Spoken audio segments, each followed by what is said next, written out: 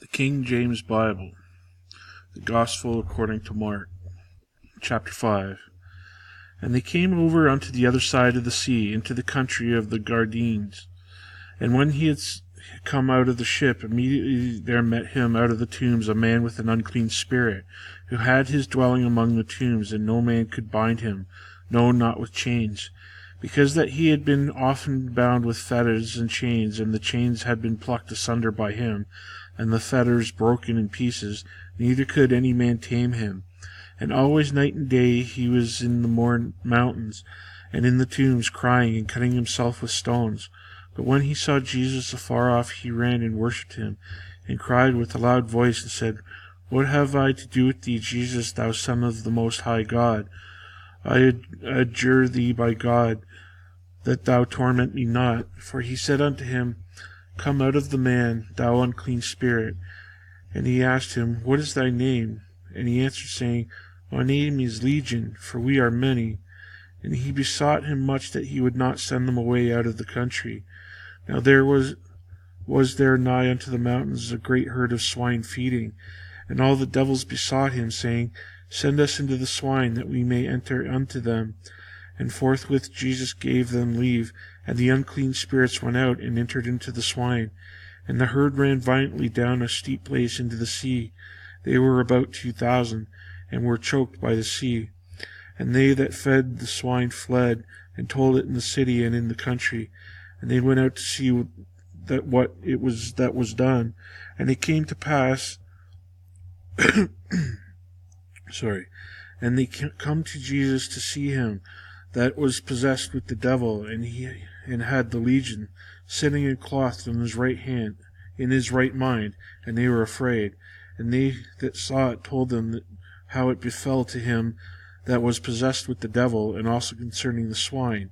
And they began to pray him to depart out of their coast. And when he was come into the ship, he that had been possessed with the devil prayed him that he might be with him. Howbeit Jesus suffered him not, but saith unto him, Go home to thy friends, and tell them how great things the Lord hath done for thee, and hath had compassion on thee. And he departed, and began to publish in Decapolis how great things Jesus had done for him, and all men did marvel. And when Jesus was passed over again by ship unto the other side, much people gathered unto him, and was nigh unto the sea. And behold, there cometh one of the rulers of the synagogue, Jairus by name. And when saw him, he fell at his feet, and besought him greatly, saying, My little daughter lieth at the point of death. I pray thee, come and lay thy hands on her, that she may be healed, and she shall live. And Jesus went with him, and much people followed him, and thronged him. And a certain woman, which had an issue of blood 12 years, and had suffered many things of many physicians, and had spent all that she had, and was nothing better, but rather grew worse. When she had heard of Jesus, came in the press behind, and touched his garment. For she said, If I may touch but his clothes, I shall be whole. And straightway the fountain of her blood was dried up, and she felt in her new body that she was healed of that plague. And Jesus, immediately knowing in himself that virtue was gone out of him, turned him about in the press, and said, Who touched my clothes? And his disciples said unto him, Thou seest the multitude thronging thee, and thou sayest, Who touched me? And he looked around about to see her that had done this thing. But the woman, fearing and trembling, knowing what was done in her, came and fell down before him, and told him all the truth. And he said unto her, Daughter, thy faith hath made thee whole. Go in peace, and be whole of thy plague. While he yet spake, there came from the ruler of the synagogue's house certain which said, Thy daughter is dead. Why troublest thou the master any further? As soon as Jesus heard the word that was spoken, he saith unto the ruler of the synagogue, Be not afraid, only believe.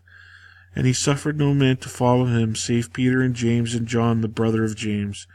And he cometh into the house of the ruler of the synagogue, and seeth the tumult, and them that wept and wailed greatly.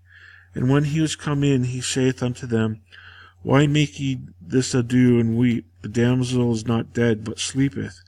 And they laughed him to scorn. But when he had put them all out, he taketh the father and the mother of the damsel, and them that were with him, and entereth in where the damsel was laying. And he took the damsel by the hand, and said unto her, Talitha cumi, which being interpreted, Damsel, I say unto thee, arise. And straightway the damsel arose and walked, for she was of the age of 12 years, and they were astonished with a great astonishment.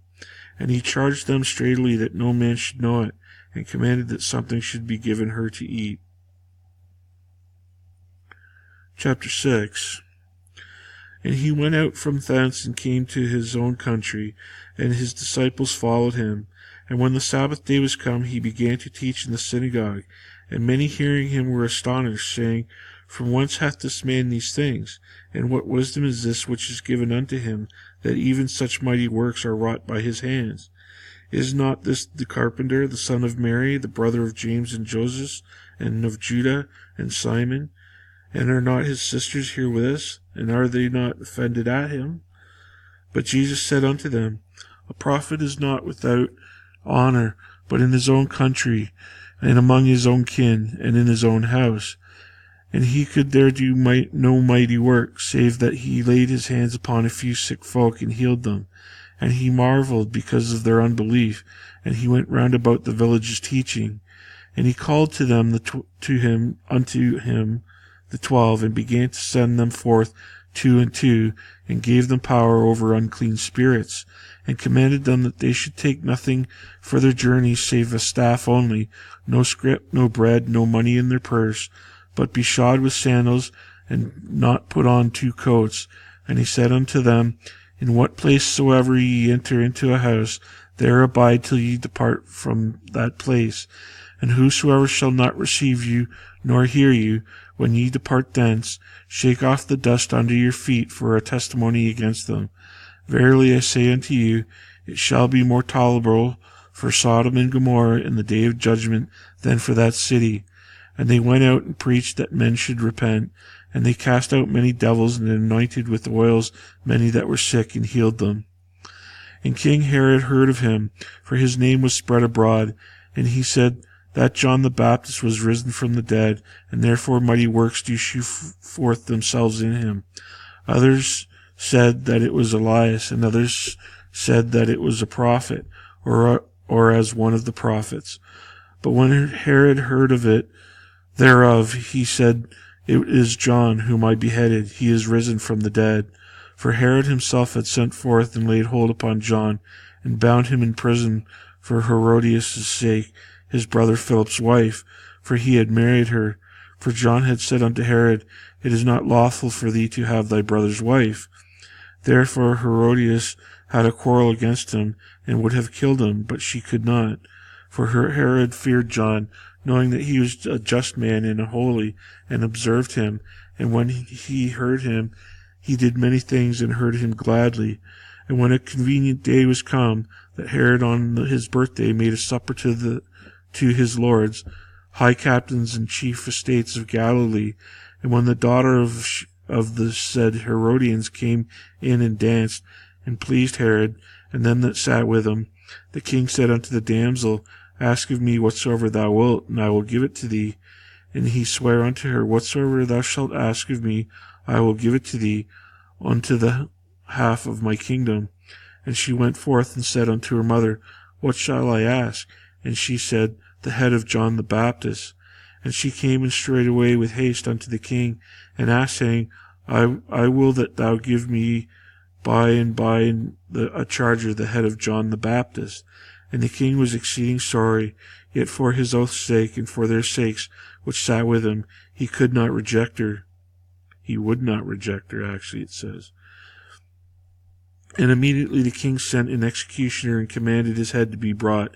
And he went and beheaded him in prison, and brought his head in a charger, and gave it to the damsel. And the damsel gave it to her mother. And when the damsel's disciples heard of it, they came and took up his corpse, and laid it in a tomb. And the apostles gathered themselves together unto Jesus, and told him all these things, both what they had done, and what they had taught. And he said unto them, Come ye yourselves apart into a desert place, and rest a while, for there were many coming and going, and they had no leisure so much as to eat. And they departed into the desert place by ship privately. And the people saw them departing, and many out went with them, and came together unto him. And Jesus, when he came out, saw much people, and was moved with compassion toward them, because they were as sheep not having a shepherd, and he began to teach them many things. And when the day was now far spent, his disciples came unto him, and said, This is a desert place, and that now the time is far past. Send them away, that they may go into the country round about, and into the villages, and buy themselves bread, for they have nothing to eat. He answered and said unto them, Give ye them to eat. And they said unto them, Shall we go and buy 200 pennyworth of bread, and give them to eat? He saith unto them, How many loaves have we? Go and see. And when they knew, they said, 5 and 2 fishes.